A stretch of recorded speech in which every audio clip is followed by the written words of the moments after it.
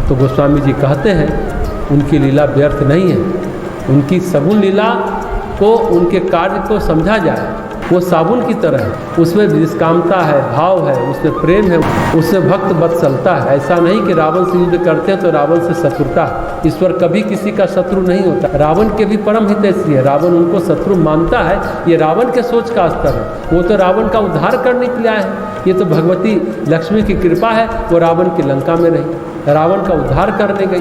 भगवान भक्त के लिए खुद कष्ट सहते हैं। सबरी के लिए बन गए, सबरी का प्रेम था, तितिक्षा थी, सबरी उसके लिए बन गए। सबरी के आश्रम में गए, सबरी का उद्धार किए, उसको योगाग्नि में उसके शरीर का अंतिम दाह किया।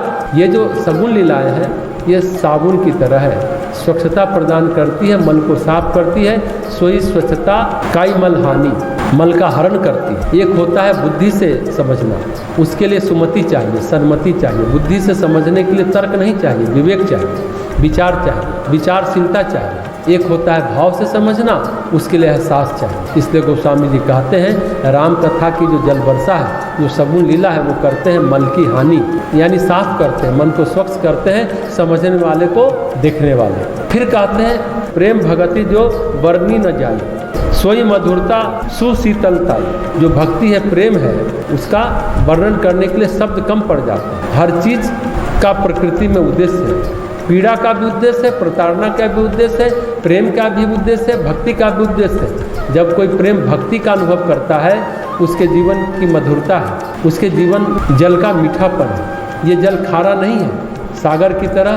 पीड़ा प्रताड़ना भले खारा हो, सागर का जल भले खारा हो, पर जब मेघों के साथ बरसता है तो उसमें मिठास होती है, उससे प्राण होते हैं। वर्षा के साथ पर्जन्य बरसता है, प्राण बरसता है, उसी से अन्न उपजता है, धरती की उर्वरा शक्ति बढ़ती है। अन्न को प्राण कहते हैं। भूमि का जल और जो वर्षा का जल होता है, उसमें खास बात होती है। भूगर्भ का जल सींचता है, प्यास बुझाता है, पानी की कमी पूरी करता है, पर जो वर्षा का जल होता है उससे उर्वरता बढ़ती है। जो सिंचाई नहर से होती है, ट्यूबवेल से होती है, पर जो वर्षा से सिंचाई होती है उसमें थोड़ा फर्क है। धरती को उर्वरा देता है, जल को प्राण देता है, पेड़ पौधे को जीवन देता है। प्रेम भगति जो वर्णी न जाए, ये एक ऐसी कथा है प्रेम भक्ति की जिसका वर्णन संभव नहीं, जिसका पूरी तरह से विवेचना संभव ही नहीं। जितना जिसको रस मिल जाए, जितनी मिठास का अनुभव हो जाए, इस जल की बहुत खूबसूरत मिठास है।